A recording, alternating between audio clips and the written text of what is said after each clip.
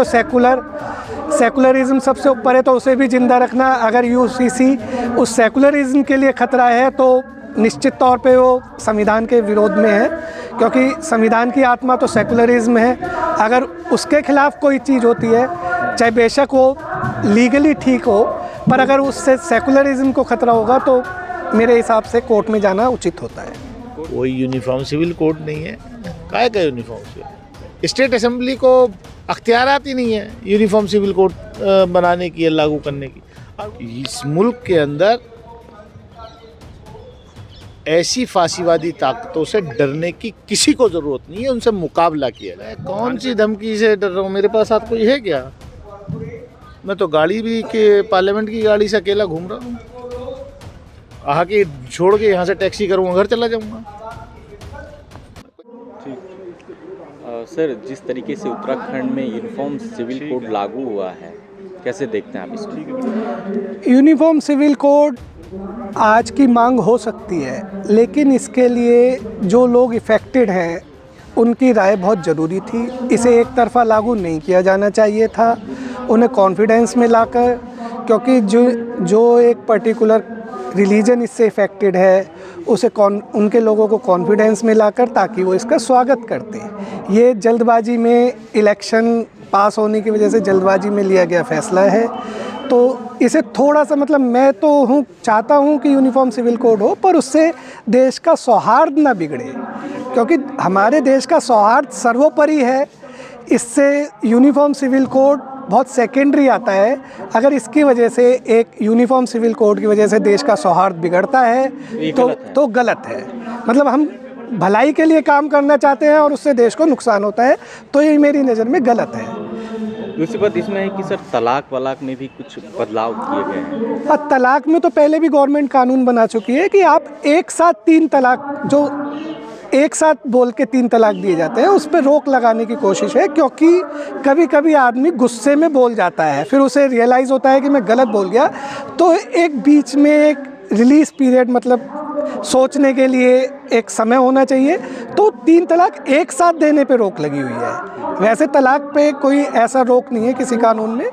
तो आप जो एक साथ बोलते हैं उसके लिए गैप, क्योंकि मुस्लिम धर्म में और भी तरह से तलाक दिए जाते हैं। 1 महीने के अंदर पे दिया जाता है कि पहला तलाक आप 1 महीने और दूसरा 1 महीने बाद और तीसरा 1 महीने बाद बोले, वो उस पर रोक नहीं लगी है। एक साथ 3 तलाक, क्योंकि ऐसे बहुत सारे केस हुए हैं कि उन्होंने व्हाट्सएप पे 3 बार तलाक लिख दिया या फ़ोन पे 3 बार तलाक दे दिया, और पूरा का पूरा एक मैरिज सिस्टम गड़बड़ा जाता है। फिर उन्हें रियलाइज़ होता है, तो वो फिर शरीयत उसे परमिट नहीं करती कि आप दोबारा से उसे वापस ले सको। तो उस पर थोड़ा सा सोचने के लिए उस पर रोक लगाई है, क्योंकि मुस्लिम लेडीज़ के साथ भी कहीं ना कहीं इसमें गलत हो जाता है।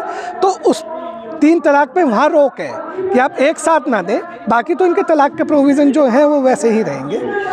सर, इस यूनिफॉर्म सिविल कोड में मुस्लिम समुदाय में जो एक रीति रिवाज होता है खतना टाइप का, वो उसकी पाबंदी की गई है। कौन सा? खतना नहीं, वो हलाला करके कुछ हलाला करता है। हाँ, हलाला की पाबंदी है। हलाला वही 3 तलाक का रेप्लिकेशन है, तो मतलब वो थोड़ा सा अजीब सा था, तो उस पर थोड़ा रोक लगाइए। बेसिकली ये जो प्रॉम्प्ट गुस्से में किए हुए चीज़ें हैं उस पर रोक लगाने का प्रयास है, जिससे मुस्लिम बहनों को फ़ायदा होगा।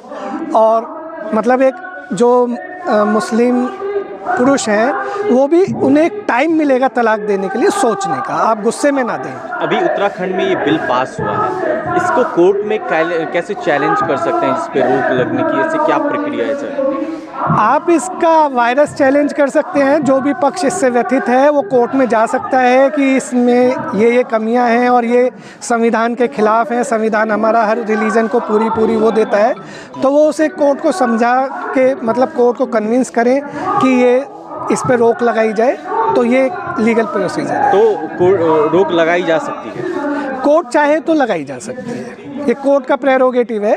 मतलब अगर उसे लगेगा कि ये कॉन्स्टिट्यूशन के अगेंस्ट पास हुआ है, इससे कॉन्स्टिट्यूशन का बेसिक स्ट्रक्चर डिस्टर्ब होता है, तो कोर्ट इस पर रोक लगा सकता है। जैसे सर किसी एक समुदाय या फिर कई समुदाय के जो सांस्कृतिक रीति रिवाज पे कुछ खतरा या फिर उनकी प्रतिबंध किया जाता है, तो ऐसी कोई मान्यता है जिसमें कोर्ट में जाके? हाँ, बहुत सारे कानून तो कस्टम पे ही बनते हैं। मतलब कस्टम को भी जिंदा रखना, देश की संस्कृति को भी ज़िंदा रखना, और हमारे यहाँ तो सेकुलरिज्म सबसे ऊपर है, तो उसे भी ज़िंदा रखना। अगर यूसीसी उस सेकुलरिज्म के लिए खतरा है तो निश्चित तौर पे वो संविधान के विरोध में है, क्योंकि संविधान की आत्मा तो सेकुलरिज्म है। अगर उसके खिलाफ कोई चीज़ होती है, चाहे बेशक वो लीगली ठीक हो, पर अगर उससे सेकुलरिज्म को खतरा होगा तो मेरे हिसाब से कोर्ट में जाना उचित होता है। कोर्ट में जाके वो किया जा सकता है। हाँ, एक ऑप्शन है कि आप कोर्ट में चैलेंज करें, बाकी कोर्ट का प्रेरोगेटिव है कि वो। अगर वो लोग ये सोचते हैं कि मेरी आवाज़ को दबा देंगे, आप पार्लियामेंट में मेरा माइक बंद कर सकते हैं, आप धमकी कोई मुझे दिलवा सकते हैं, लेकिन दानिश अली डरने वाला नहीं है। अपने उसूलों पर खड़ा था, खड़ा है और खड़ा रहेगा। एमपी के द्वारा आपको देखने की धमकी दी जाती है। अब मैं कौन सी धमकी से डर रहा हूँ? मेरे पास साथ कोई है क्या? मैं तो गाड़ी भी के पार्लियामेंट की गाड़ी से अकेला घूम रहा हूँ। आके छोड़ के यहाँ से टैक्सी करूँगा, घर चला जाऊँगा। कोई इस मुल्क के अंदर ऐसी फांसीवादी ताकतों से डरने की किसी को ज़रूरत नहीं है, उनसे मुकाबला किया जाए। दानिश भाई, 24 का चुनाव नज़दीक है, इस बार अमरोहा से लड़ेंगे या फिर कोई और सीट?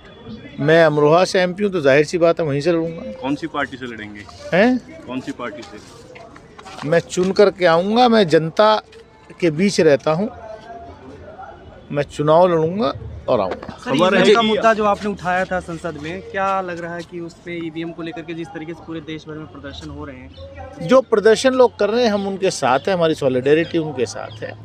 और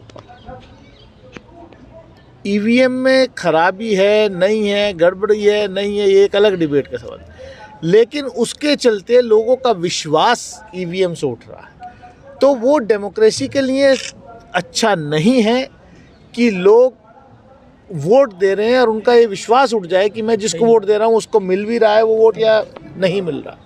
तो ये बड़ा सवाल है। उत्तराखंड में यूनिफॉर्म सिविल कोड लागू हो गया, कैसे देखते हैं आप इसको? कोई यूनिफॉर्म सिविल कोड नहीं है। काहे का यूनिफॉर्म सिविल? स्टेट असेंबली को अख्तियारात ही नहीं है यूनिफॉर्म सिविल कोड बनाने की या लागू करने की। और वो भी कहाँ, उसमें भी कैविएट रखी गई है कि ट्राइबल्स नहीं है, उसमें ये नहीं, ये सब कुछ नहीं है। ये 2024 का इलेक्शन का एजेंडा है। उत्तराखंड में यूनिफॉर्म सिविल कोड हो या हल्द्वानी में जिस तरीके की घटना घटी हो या और इश्यूज है, ये सब जो है 24 का एजेंडा है। हल्द्वानी की घटना को कैसे देखते हैं अब आप? तक मौत हो चुकी है, शूट एंड साइट का ऑर्डर है, इस तरीके से देखते हैं। तो ये totally law and order failure है। ये गवर्नमेंट का, उत्तराखंड सरकार का लॉ एंड ऑर्डर फेलियर है योगी कि ऐसी घटना घटी क्यों? योगी आदित्यनाथ जी उत्तर प्रदेश के भवन में खड़े होकर बोलते हैं कि जिस तरह से 5 गांव मांगे गए थे महाभारत में, हम 3 मस्जिद मांग रहे हैं, नहीं दी जाएगी। तो ऐसे कहाँ बोल रहे हो? उत्तर प्रदेश के प्रेस कॉन्फ्रेंस कर रहे हैं असेंबली में। हाँ, अब आप उनको ये याद दिलाना पड़ेगा कि आपने संविधान की शपथ ली है। ये हम समझ सकते हैं कि बाबा साहब के संविधान से नफरत करते हैं ये लोग, लेकिन कम से कम आप संविधान की शपथ लेकर के तो संवैधानिक दायरे में रहिए।